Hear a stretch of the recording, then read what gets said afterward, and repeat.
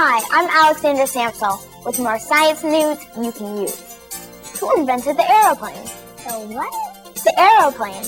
About 100 years ago, when the airplane was invented, it was called an aeroplane. Wilbur and Orville Wright were bicycle builders in Dayton, Ohio.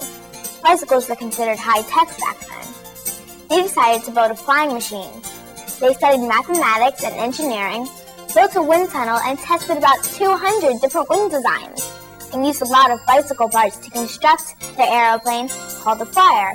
On December 17, 1903, Wilbur Wright piloted the longest flight by a powered aircraft. He stayed in the air for 59 seconds at Kill Devil Hills near Kitty Hawk, North Carolina. Until next time, I'm Alexandra Samsel with more science news you can use.